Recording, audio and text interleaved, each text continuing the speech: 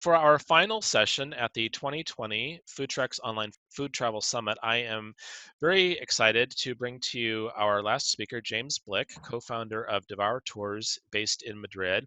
We're very lucky to be able to have James with us. He is a mover and shaker in the food and beverage tourism industry. James is a smart guy, and you're going to learn a lot from him today. And also, I will post in the chat window a link to the podcast that we did with James a few months ago, and you can have a listen to that as well. We keep tapping on you, James, for your knowledge, so I hope you don't mind. Well, I've got to. No, I don't mind at all. I hope it's helpful for people. I often say, given the current situation, don't trust anybody who tells you anything because nobody knows anything. But we'll do our best. All right. Well, let me. I'll stop my video and turn off my mic and let you take it away. Well, I hope you've all enjoyed the last couple of days of the presentations, and there's been a lot of learning. It's certainly an interesting time in our industry. I think it's an interesting time in everyone's lives, and it's a challenging time. And so, I guess when Eric asked me to speak, which was about a month ago, which was interesting because what a month it's been. Things have changed. The world has changed. Our businesses have changed. Our personal lives have changed. And so, I didn't when Eric originally asked, I was like, well, what am I going to speak about? But really, I knew that the month between, or 3 weeks between him asking me and doing this, there'd be a lot would go on. So really what I want to do today is share, my thoughts on how you kind of manage a meltdown, how you deal with a crisis. And obviously I'm going to talk through this particular crisis at the moment because it's the first real crisis that I've gone through as a business owner, and it may be the first crisis that many others. I know other people have gone through businesses post 9/11, businesses with the economic meltdown in 2007, 2008. We started in 2011-12, so it's been comparatively to this plain sailing until now. But I want to share, as I say, what we've been doing and give people some kind of concrete steps. A lot of you might have a handle on aspects of this. A lot of you might not. And so I'll speak for about 35 minutes. I haven't got it exactly timed out, but I do want people to ask questions at the end. I would love to answer your questions. As I say, we're all just trying to kind of invent the future right now because nobody quite knows what is happening. How do I see if I can? Oh, there we go. I just click a button. So that's just a little about me. I'm the co-founder of Devour Tours. We started, as I say, in 2012. I'll go into the next slide, and you'll see that we were operating in, planning to operate in a number of cities this year. We're currently not operating in any, so to speak. But we were in, when the year began, we were in Barcelona, Madrid, Seville, San Sebastian. It's a company that offering food tours. We had started in 2012, run until 2000 and until this year. Actually last year we were just in Spain. And then last year we opened in Lisbon, we opened in Rome, and we opened in Paris. And this year we were opening in London and Florence. And I've put Florence in there because we had a logo. We never officially opened in Florence. We had someone hired to run Florence, to launch it. We did actually open in London, but effectively we had to cancel what our plans were this year was to open in Florence and also Amsterdam later in the year. So like everybody, this caught us while we were busy making plans for the future. And I guess what I wanted to share is kind of where we went from, say mid-February when we were making all these plans and to how we got to here and what's happened in the meantime. So I think one thing that's important to share, and I think you will all agree, is that this crisis has spread like wildfire. And I just wanted to go through kind of how it has been for us. And I'm sure for you guys, it's been a little bit similar, but there's a lot of denial that happened at the beginning of this crisis. And that is still happening, I think, for a lot of us in some ways. It's a very kind of, it's a personal process. A lot of us going through an emotional process. There's a lot of grief.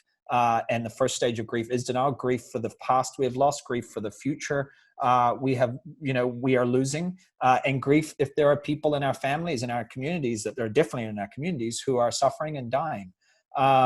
So really what happened is I went in, I think it was February 24th, I went to San Sebastian to shoot some videos. I have a YouTube channel as well.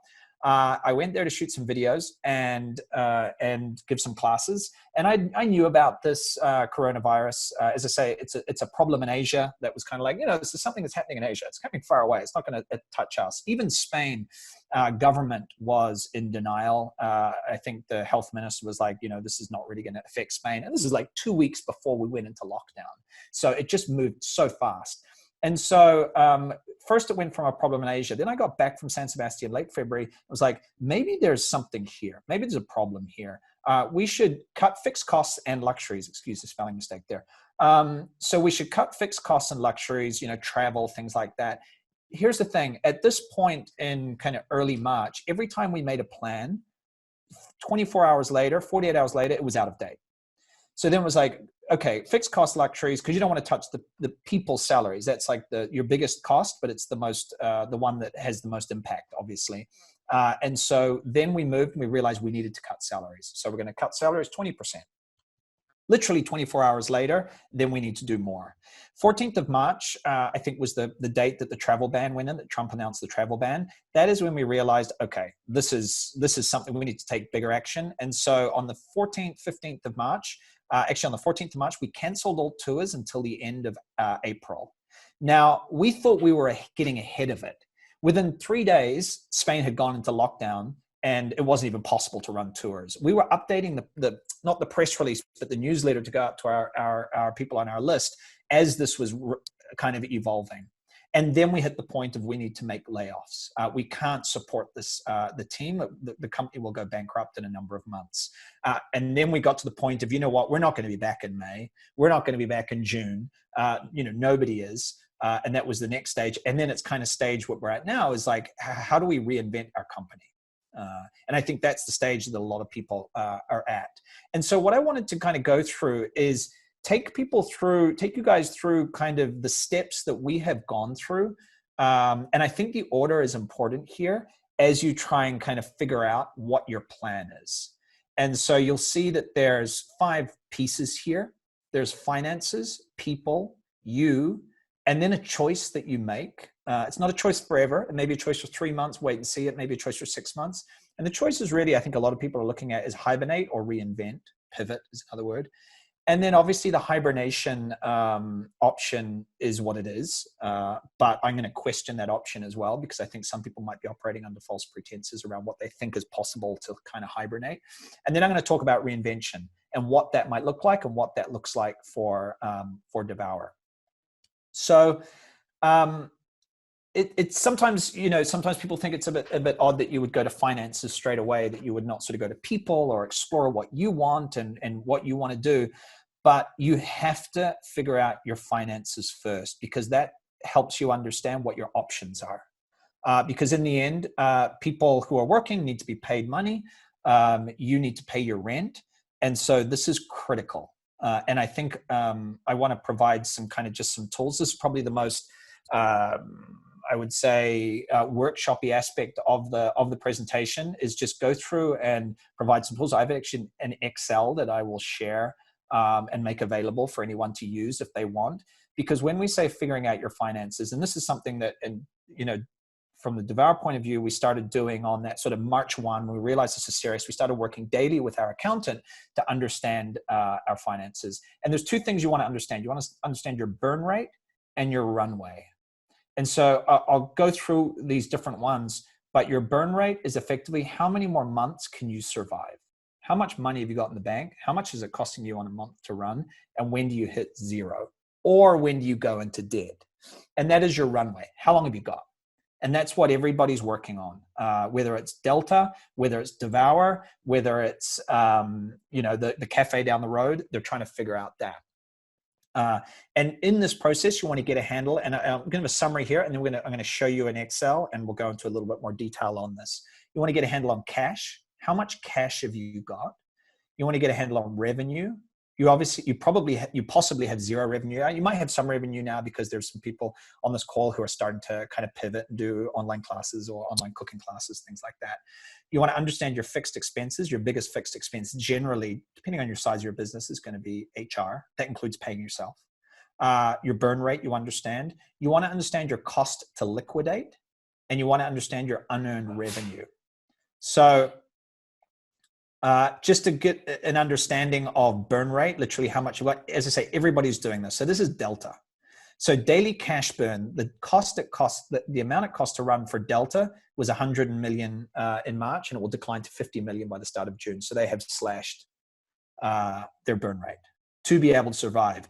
The unique thing about this situation is it's not like a hurricane, it's not like an earthquake when it happened, and now we're rebuilding. We don't even know where we are within this. We don't know if this is the beginning. We don't know if this is the end. We have no idea. All right, so let me James, just go you mean Delta Airlines, is that right? Yeah, exactly. Is there another Delta?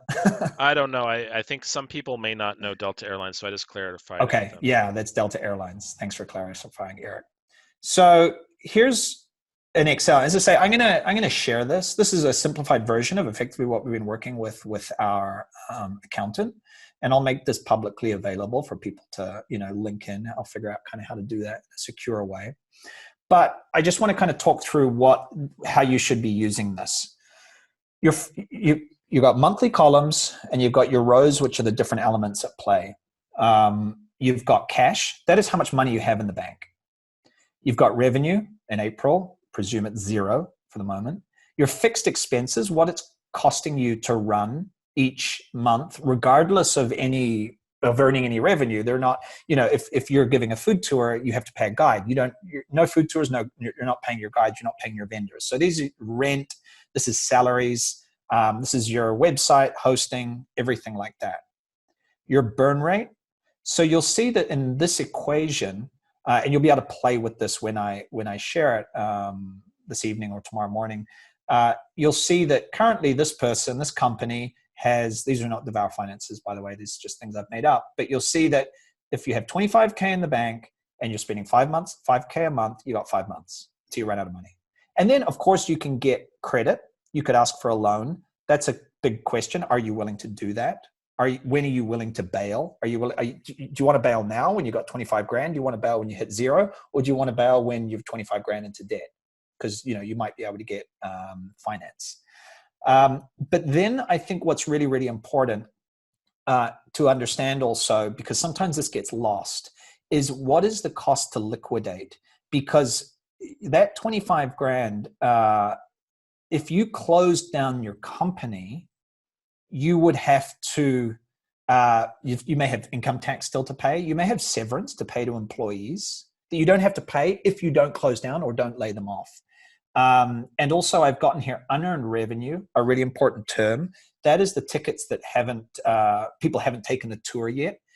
If you want to run your finances really cleanly, you should never spend that money, because then in situations like this, and where none of us have ever been in this situation,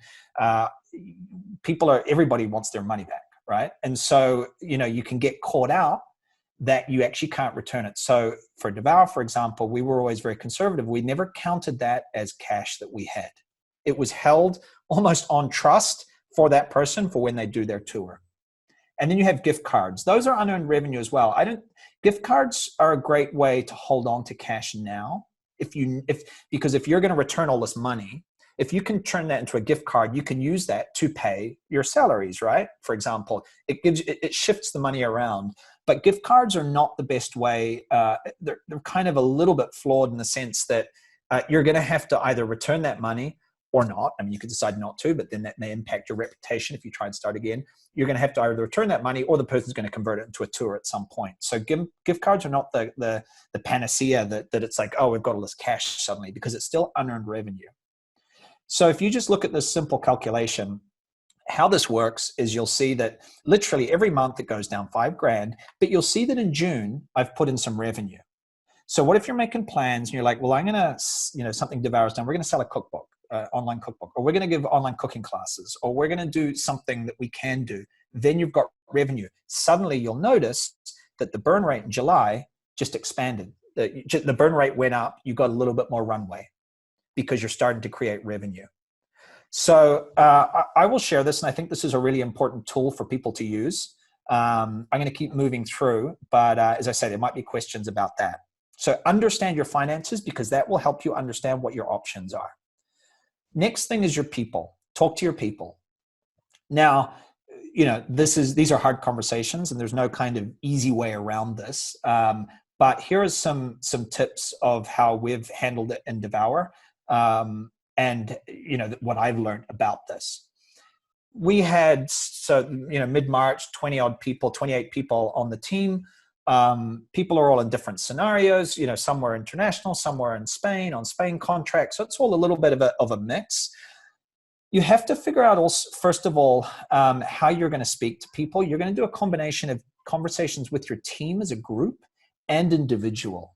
And it's sometimes hard to know, is that a conversation with the team? And then what do I say to the individual? But it's a combination. So you're going to give information to your team, but then you're going to break down. You're not going to announce someone's personal situation or what you're going to do to the team about that individual. So you're going to give broad strokes to your team. You're going to give them information, but then you're going to break off for individual conversations. And these will be ongoing. I'm not talking about necessarily all in one day. But obviously, particularly if you have to change people's salaries or if you have to lay people off, those are individual conversations. But at the same time, and this was kind of challenging for us to figure out, it can't be like, you speak to so-and-so on one day and they've just disappeared. So the team has to kind of know what's going on, but you have to do it in a way that you don't breach people's trust. The terms of being laid off or the terms of the salary reduction and things like that. So this is a bit of a balancing act that you have to play. Be honest. This is really, really important. It doesn't mean you have to show all your accounts, right? But it is important. People get it. I think that's the thing. Sometimes we're nervous about having these conversations. People know that this situation sucks. They know it is massive. It's kind of like World War II scenario. So it's okay to be honest. And I think give certainty where you can. So if you can give certainty for I can pay you for 2 weeks, give that, right? That's okay. And then say that beyond that, I don't know right now. I'm working on it. So that's your honesty. And you can't know what you can't know. A lot of people on the team would ask, understandably, because they're trying to figure out their futures, they would say, well, what's it going to look like in September, or what's it going to look like in June? It's like, I don't know. This is what I do know. This is what Delta Airlines is saying, or this is what, this is what might happen. But I can tell you what I can do for the next month. I can pay you for the next month. And then we'll meet again in 2 weeks. And so I think that's really, really important. I think the other part about talking to your team is that for the company, for people to be supported long-term, the company must survive. So you put people over company in terms of people are more important than the company, because people are the company. But without a company, there's no people. So I think when you're trying to figure out your finances and trying to think how you manage the situation, sometimes you might feel like you're putting the company first, but sometimes by putting the company first, you're actually creating a scenario where people can be employed.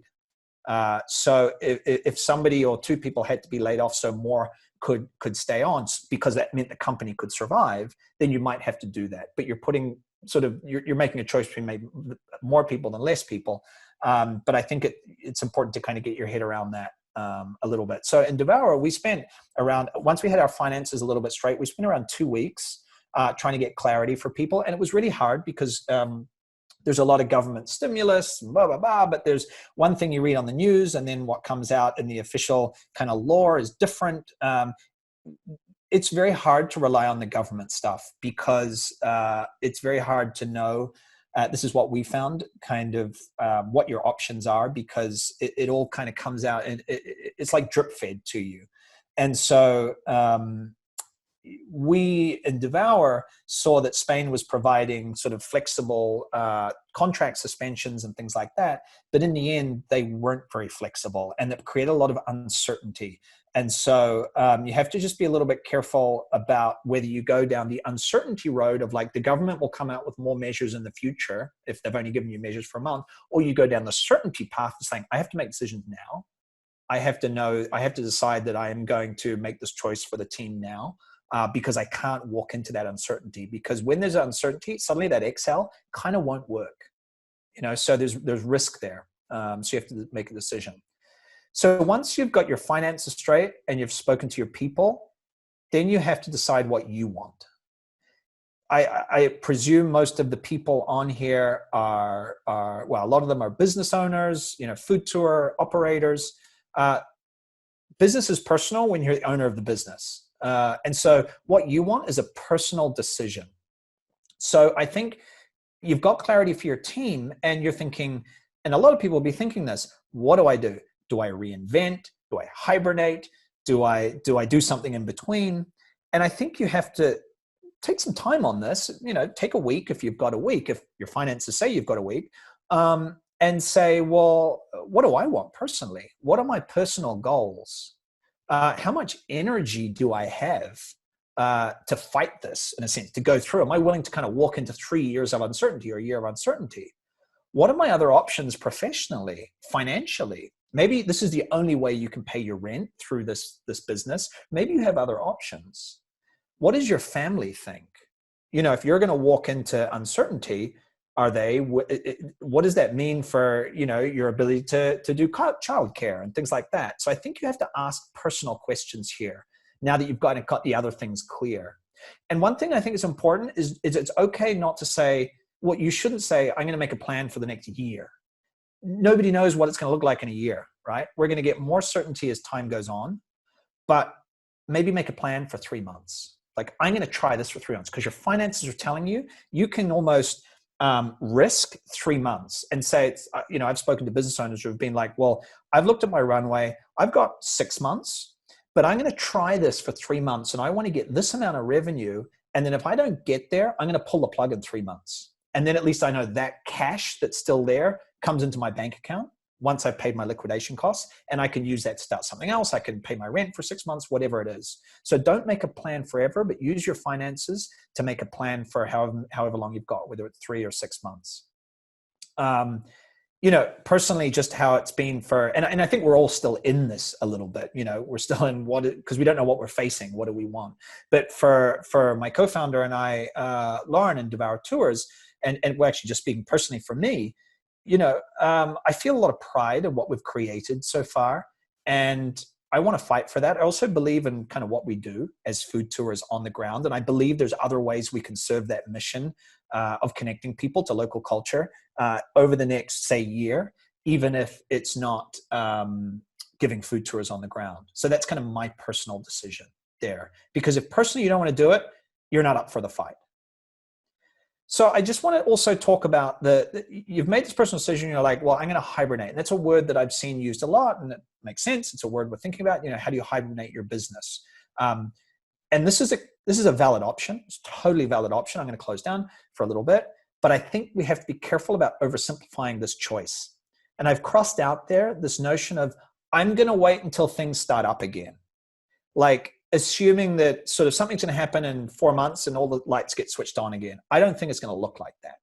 So I just think we have to be careful with the hibernation option and not thinking that it's going to be a very kind of binary, lights are off, lights are on again situation. It's going to look really, really different. So if you're thinking about hibernation, and I think this is a spectrum from like all out pivot reinvention to all out hibernation, I'm just going to keep my website, I'm going to answer emails, I'll do a little social media, and that's it. So I think there's a lot in between there that we can think about. And I should say, but part of why we are all effectively doing an aspect of hibernation is that, you want to get your burn rate, that cash burn rate, as low as possible. And that involves an element of hibernation. Here at Devour, we don't have any physical offices anymore. We had 3 a month ago. We've canned the rent, or 4 actually. We've canned the rent, all of those, because we're just not willing. That will reduce our runway. So there's an aspect of hibernation, I guess. And I thought I thought this was really good. I'll give you a moment to kind of read through this, what the future is like, because we're going to start to talk about the reinvention side. And I know you're probably all reading, but I don't know if I should talk at the same time or let you just do it. But I'll talk, otherwise I'll feel weird. But effectively, it's what it's saying is like, at the other side of this, I don't even think we can talk about the other side of this. We have to talk about the new world in the future. We have to decide what might my role be in that new world personally. What does it mean for my family? Personally, professionally, what does it mean for Devour? What does that mean for whatever, for your company, your food tour? What does that look like in this new world? And we don't 100% know that, but I think I like that line that the next 3 to 5 years will remind us that COVID-19 was the lightning before the thunder. So keep that in mind. that there's no after, in a sense. There's just a new reality. So reinvention. So I think like, what does that mean to even reinvent or pivot? The only way that I can think about it is you have to go back to your mission. Now, in Devour, we have framed our mission as effectively connecting curious travelers with local food and people in a way that helps culture thrive. So that's something I believe in. It's something I'm passionate about. It's something I do through my personal brand, through my YouTube channel, through social media. It's what I do through Devour. It's kind of everything that, it's kind of what I love. I'm this New Zealander living in Spain. I just love that. And that's part of the reason why personally I want to fight for this. But the only way I understand other products I could come up with to earn revenue on that grid is to other ways to express the mission. So if you don't kind of have a mission, I'm sure you do, you may not have written it down, but that might be an interesting way to start to think about what you could come up with that makes sense for your brand. And we're going to talk about reinvention because, again, it's not going to be lights on. It's going to be phased. Tourism is going to change in a phasal way. I don't know if phasal is a word, but it's going to change in phases. We're in the lockdown phase right now. Then there's going to be local travel, then regional, then international, and they will overlap. And you might say, well, James, how do you know that? Why would local come first? I don't know. Think about what your plans are for the summer if you're out of lockdown. I'm not going to fly to New York. I'm going to maybe drive to 3 hours south and go to a hotel. Or maybe I'm going to drive to France, regional. So kind of reflect on you. Like, what do you think you want? And that's what actually a lot of people are going to want. Where are you going to stay? If you were to go on a food tour, what would make you feel comfortable? And this will start to help you understand how it's going to come out. And this is important because, you know, if we talk about reinvention, you're going to talk about reinvention through these different phases. So at lockdown, people are stuck at home. They're missing their Europe trip, their dream trip in the case of Devour. They're missing family and friends. They want to reconnect with the guide. They're bored. Some have money. Some people haven't been impacted on this. They might be a little bit careful, but as I'm sure a lot of people on this call may have found, if you just look at your personal finances rather than your business finances, we're spending less money because it's like, well, all you can do is really maybe pay for an online experience and go to the supermarket. So people, there are going to be people who actually have money to spend if they're not in an affected industry, although the economic downturn is going to be massive. But for the moment, there might be some people who will spend money. So what we're starting to see in this lockdown period is virtual experiences. Whether that is an ongoing thing, whether that's a fad, who knows? I don't think it's a fad. I put some companies in here that are really kind of going in on this. Walks are doing amazing things with virtual experiences right now. It's on one of their cooking classes, which is fantastic. The tour guy has moved on this, and Devour, we've started rolling out our virtual experience. We have a Paris cheese and wine experience that just went live today. We have a Roman pasta class that just went live today. So we're rolling these out. What those will look like in 1 month, 6 months, 1 year, I don't know. But my gut says that even when we come back to giving tours on the ground, because I think that will happen at some point, these will sustain because I think there might be a market for these. So we're also investing in the future. It's not a short-term thing. And we're saying, well, how can we do it in a way that delivers on our mission?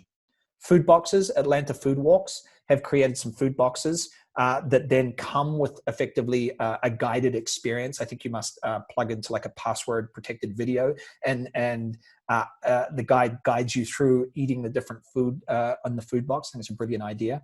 And digital products. So Devour, we released a recipe book. This recipe book was the first thing we got up. We got the team together. It was a way to just kind of gather people around something to earn some revenue. And that was phase one.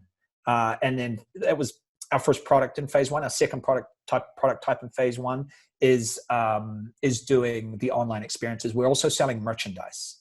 And so that's coming. I'm just going to keep going through.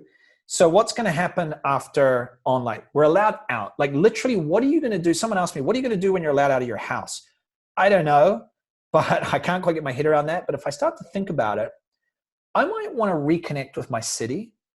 I might want to do something special with my wife, which first thing we'll probably just go for a walk. But then if a week later I saw that I could book some sort of food experience that would help me kind of reconnect with my city. Maybe the bars aren't open or the restaurants aren't open, but maybe there's like a picnic in a park, and then, you know, something. It'll help me do something special to celebrate that kind of we're out of that phase of lockdown. And maybe I'll go on a walking history tour of the city. Maybe there'll be a tour that will help me understand how different businesses have managed this. So I will want to do that in Madrid. But I guess what I'm thinking for Devour is, who are the customers going to be at this point? Well, in Madrid, I don't know. Maybe are we going to be getting Spaniards to sign up for experiences? Are we going to be getting expats? If they're not Americans, who are, you know, the biggest chunk of our clients, what will these people pay? They will pay less. So we're going to have to come up. We've got our online experiences. Then suddenly we're allowed out. Well, I'd want to add on some sort of experiences that were for the local market. And particularly if you know, we're in London, for example. So the language of our tours is the same language as the local market. That's one thing. It's different in Lisbon, where the language of our tours is English. The local market speaks Portuguese. So, but maybe there's expats there. So I think you need to think about that. Then what we might find is, what we find a little, I don't know what summer's going to look like, but we might see road trips, regional travel. So I'm here in Spain. We have London, we have Rome, but Spain is where the you know, our 4 biggest cities are. Are we going to be getting French clients coming to San Sebastian? I mean, the French generally wouldn't pay 109 euros for a food tour. They've never paid it in the past. So will we have to, again, change the language of our tours? Will we have to change the pricing of our tours? And I think going back to the idea, what will your summer holidays look like? If I'm thinking about my summer holiday, I would love to drive to France. So I don't have kids at the moment, but if you were to think, like, maybe there'll be more families traveling. And so maybe you want to have family products because they're going to bundle the kids in a car and they're going to drive somewhere. Will people be visiting cities or villages? Will they want to go on a winery tour, so they're not like stuck in the Plaza Mayor in Madrid with 1 million people, but they want to be out in nature at a winery? And so I think nature tourism could be really big. So how can food tourism connect to nature tourism? So again, this is not, you know, I think sometimes, you know, a lot of this will be just coming out of your own head of what you want to do. International travel. We're not really banking on any international travel in 2020. There might be some early adopters. I don't know, but our forecasts are saying kind of 2021. There might be some people coming, but that may even not happen. And here's the big thing: customer expectations are going to be different. And this is, again, it was just Delta had a call this week, Delta Airlines, about kind of what they saw coming. And I just thought it was interesting to see how really big companies are doing this, because they're doing all the things that we should be doing. You know, big companies have a lot of really smart people to kind of figure this out. So let's kind of leverage their smart people because we have smaller teams. And so they're looking at, you know, a shift in the customer. Who's the customer going to be? So the customer of tomorrow will place a higher premium on the quality of service than ever before. So I think that's interesting. And that shifts into kind of like the next step of like, what are the trends going to be? So again, we're just looking at what other industries are saying, and also kind of going with what I might want. Health and safety is going to be huge. Masks, safe distance. What does a food tour look like? Are you doing your tastings outside? I didn't know what word to come up. Verified guides. I can almost envisage, although it sounds a little kind of Orwellian to me and a little kind of dystopian, but it's almost like, could you imagine having some sort of certification that your guide like doesn't have coronavirus or something? I don't know, but I'm just kind of thinking about what might be ways for you to attract people. Small group, maybe your group's currently 12, maybe they have to go to 6. Maybe there's more, you can put a premium on private. People who are traveling, if Delta's going to put up their prices and really kind of go after this segment of the market that's got money to pay for extra safety and security, these people are going to pay for a private tour at a premium. So maybe you want to do that. Self-guided is another one. Can you provide self-guided options? That's a way to support your vendors as well if you can't take people there on tours. They say there will be early adopters who will start to travel at some point, but they won't be kind of the wave. And ancillary products, history tours instead of food tours. You know, maybe you can't go into your vendors. They're talking in Spain that the bars and restaurants may not open till Christmas. And so maybe, we have a tour, which is tapas, taverns, and history. Maybe it's going to be history. But maybe we can think of it outside the box and create something a little more, interesting beyond that, beyond just a history tour that, again, connects with our mission. Maybe there's a food kind of art tour we can do of the Prado that highlights the food and the paintings. And as I say, what you create now, I think of creating things that actually might be 20% of your revenue in 2 years' time. You might be doing online cooking classes in 2 years' time, and that is actually a way for people to travel. If they can only go to Europe once every 3 years at the best of times, well, maybe now they're getting used to the idea of taking an online class or an online cooking class, and maybe that will sustain. And in 3 years, if they can only go to Italy once every 2 years, maybe a couple of times a year they'll do a cooking class to reconnect with that destination. I see a lot of people follow me on Instagram. For some reason, Instagram tells you when they're like new to Instagram. There's a lot of people who are getting into social media, who are using Zoom, who would never have used it in the past. Kind of our mothers and our fathers who would be like, I'm not Instagram, but they're using it because they're finding a way to connect. They won't get off it probably afterwards.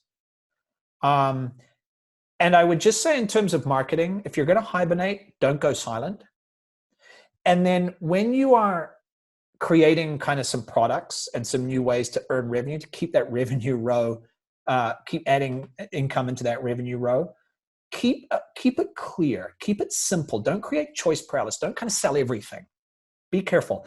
You might need to try everything, but don't create, as I say, choice paralysis. So we started with our cookbook. As we shift into online experiences, we are going to that will become the main drive, and the cookbook will almost become an add-on. So actually, when we sell our online experiences, we're going to give people a discount on the cookbook. So we're shifting it. The cookbook becomes part of the funnel. So I think you need to think about it in that way. And actually, I missed something which I was going back to go. When you're selling these things, particularly at the moment, it's okay to ask for support. And I actually phrased that wrong. I guess that's what I'm saying is, it's okay to ask for money. It's okay to say, hey, I would really love it if you would buy this cookbook because this will enable me to pay my team or my guides. Like, just say that. Don't beat around the bush. People get it. And they will actually, it's literally like, ask for the money. There's other companies who are just actually raising money and they're doing it. I always like the idea of providing some sort of value in return, like the cookbook, but don't just sort of pretend it's another product. Tell them that this is what you're going to use to make sure your company can survive. Be honest with them as well. And obviously the World Food Travel Association, there's a lot of resources coming out of there, but I also wanted to provide some resources, not from the food tourism area, but just broadly from from tourism activities, which is the broader, I guess, industry that we're all in. Skift, Arrival, and FocusWire. There's a lot of information coming out. These serve hotels, these talk about OTAs, all the different things. This is where I'm getting my information from. And so I think these are great newsletters and resources to follow to start to see what other people are doing. And so, yeah, that is, I guess I clicked stop share. I don't think I had another slide. That's kind of everything I wanted to talk about. How am I on time? Okay, a little bit over, but yeah. Fantastic, James, man, you dumped a load on us and that was good. We loved it. Good stuff. So if everyone would start to write your questions for James in the chat window, but I'll start off with a question that I've been wondering about. Do you think that companies are going to be required to hold customer payments or deposits in escrow now, as by law? That's interesting. Maybe in the US, I feel like that's not something that will come, for example, to Spain. It just doesn't feel like there's going to be a culture around that because I think be hard for a lot of small operators to just do that, make it feasible. It might be something that feels like it might be something more likely to happen in the United States, but I haven't seen any talk of that. I just think it's good business sense to hold your money there and not use that and not count on it. Yeah. But I would say that, the more credit you can get set up now, the better. Hopefully you don't need to use that credit, but to have it there is really, really good. Yeah. And one of the other things that we're telling people to do right now is to plan, innovate, and prepare. So plan what your next steps are going to be. Innovate. So it's a great time to think about doing something differently, and then prepare what your relaunch is going to be like. Mm, yeah. What would you think about that? Yeah, I think it's day to day and it's week to week. So, and I don't even really think about it in terms of relaunch. I think it's like the wheels just keep moving. And as I say, I do question. I just would be careful around the hibernation. Having said that, my wife, she runs flamenco tours. She's hibernating, but she's a one-woman band. She's not right now. She has other income. She's not launching online flamenco experiences. So that's a form of hibernation.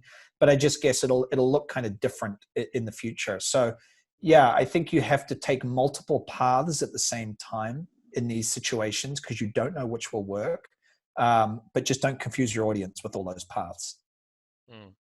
We have a question here. Are there other ways that we can make our customers feel safe and ease their anxiety around taking tours or eating out? Yeah, I mean that would be a great thing to crowdsource. I didn't even know what that looks like. I didn't even know.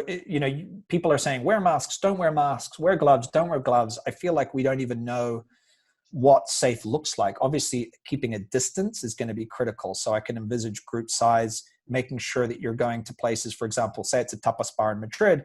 Do the places we go to have a terrace, an outdoor area where we can sit with our guests there, for example? Because in the end, if there's people piling into a place, there's not a lot you can do to control it. Mm. Here's a question. Is it likely or advisable for food and beverage tourism, small and medium enterprises in the sector to merge or join forces with others to stay alive? If that's one of your options, that comes back to your financial analysis. Like, will you run out of money if you combine those resources? Um, will that extend your runway? I would say it would have to be something you'd be interested in doing in the best of times if you're going to do it in the worst of times, because a partnership's a partnership, and if you do it under duress, you might have more trouble on your hands if it doesn't work out. So yeah, I think you have to be careful. Let's see here. We have a question about are you switching all of your resources today away from physical tours and investing everything in the things you discussed? Effectively, yes, because there's nothing there. We can't earn any revenue from physical tours, and you know, currently we have a small team working. They're doing customer service, they're doing marketing, and giving some experiences. So no time is being invested in physical tours right now.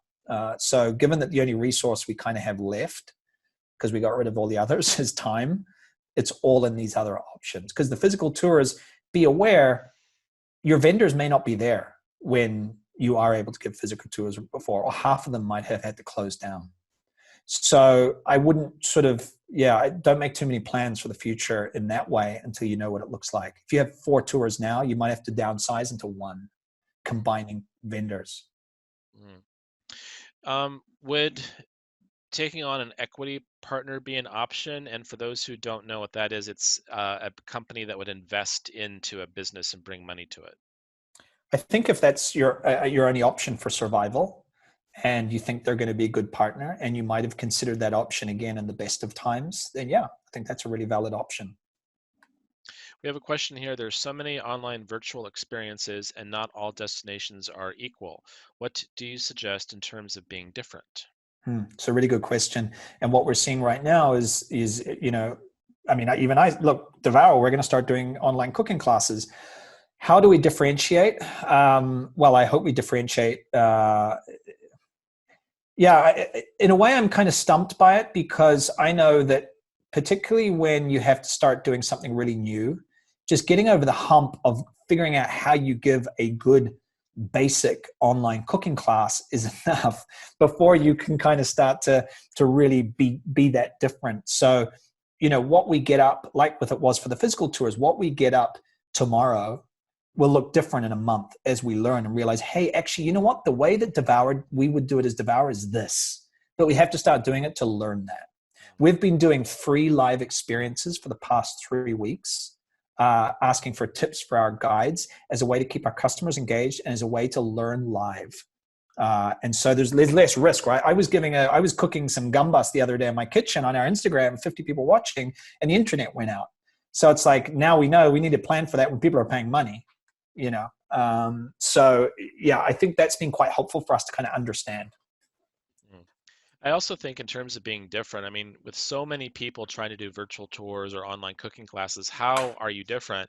And really, it boils down to the faces behind the places. So Mm-hmm. who, you are James Blick, and no one else is you. And you are the Mm. only guy who is behind Spain Revealed, and you're the only guy cooking who has this following, who's cooking gambas in your kitchen in Madrid right now, you know. Yeah. So you are the face behind the place, and it's the same with all these other people who are home chefs or whatever. I mean, they are the unique selling proposition. Would you Yeah. agree? Yeah, no, it's really, really true. The free experience has been incredible, seeing the guides and the people we have on the team, their insight, their intelligence. And I think people, regardless of whether it's an in-person or an online experience, they want a sense of place to be communicated.